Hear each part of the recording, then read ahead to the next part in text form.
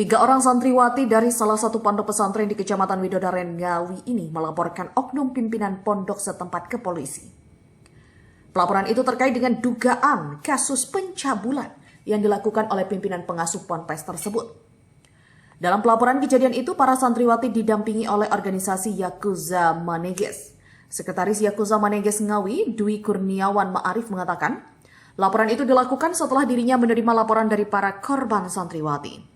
Saat itu terdapat 3 orang santriwati yang melaporkan, namun berdasarkan hasil penelusuran ada sekitar 7 orang korban, bahkan bisa lebih banyak lagi.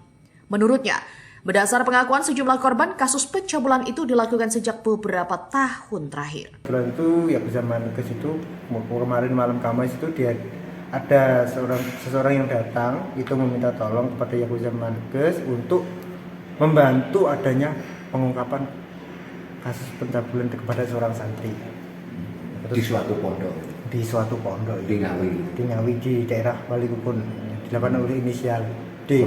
Korbannya banyak, Mas? Korban yang kami kantongi itu sekitar 7 sampai mungkin lebih, tapi yang berhasil kami bujuk dan kita support untuk mengaku dan kita bawa untuk menjadi saksi nanti itu sekitar 3 orang. Ya, sampai saat ini sampai sekitar 3 orang, tapi kita komunikasi kepada masih ada lagi 1 lagi dan masih mungkin nanti menyusul lagi. Informasinya banyak ya? Informasinya Korbannya banyak. Terduga pelaku siapa? Terduga pelaku inisial D, Pak. Pimpinan pondok ya? Iya, pimpinan pondok itu.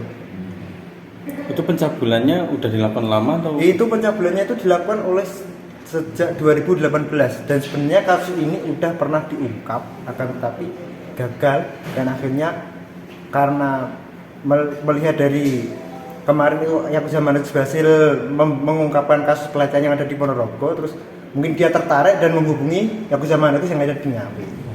Sementara itu, Kasat Reskrim Polres Ngawi AKP Aris Gunadi membenarkan adanya laporan tersebut. Pihak kepolisian juga telah mengantongi 2 alat bukti dan gelar perkara serta melakukan pemeriksaan di tempat kejadian perkara. Hasilnya, status pelaku berinisial DAN yang merupakan pimpinan pondok pesantren di Kecamatan Widodaren Ngawi saat ini telah ditetapkan sebagai tersangka. Polisi mengungkap modus tersangka dalam menjalankan aksinya, yakni untuk memberikan keberkahan terhadap santriwati serta ritual penebusan dosa hingga korban disetubui. Dari sebelumnya 3 korban yang melapor kini bertambah menjadi 4 orang, bahkan salah satu korban saat kejadian masih berusia di bawah umur. Saat ini tersangka telah dilakukan penahanan di Mapolres Ngawi. Tersangka dijerat dengan pasal 6 Undang-Undang Nomor 12 Tahun 2022 tentang tindak pidana kekerasan seksual dan 415 KUHP baru tentang tindak pidana perbuatan pencabulan dengan ancaman 12 tahun penjara. Santri tersebut mau bercerita, ada 4 korban. Yang korban ini yatim piatu, saat ini sudah dewasa. Ada juga yang kejadian itu pada waktu di bawah umur.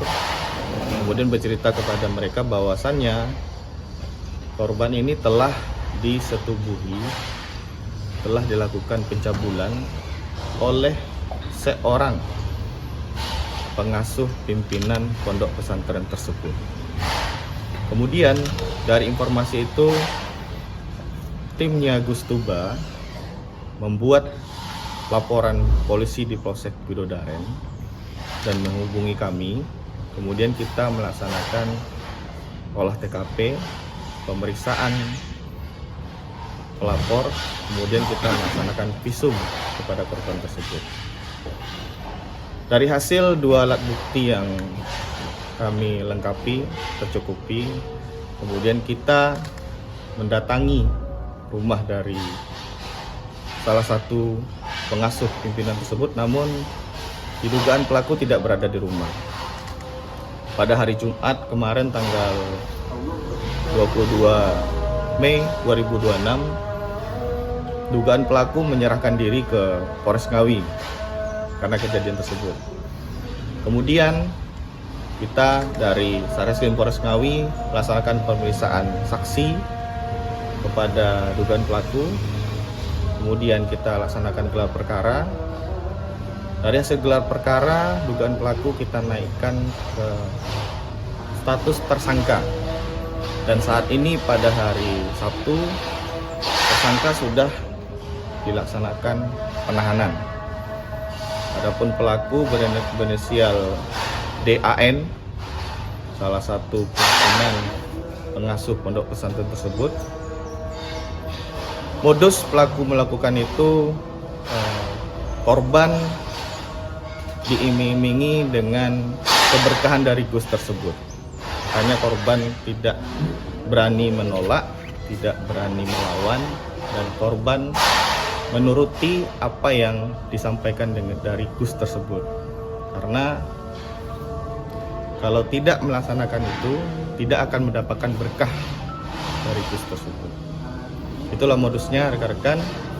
Korban itu ada 8, tapi yang mau bercerita baru 4 orang. Dari Ngawi, Jawa Timur, Tim Liputan Pewarta.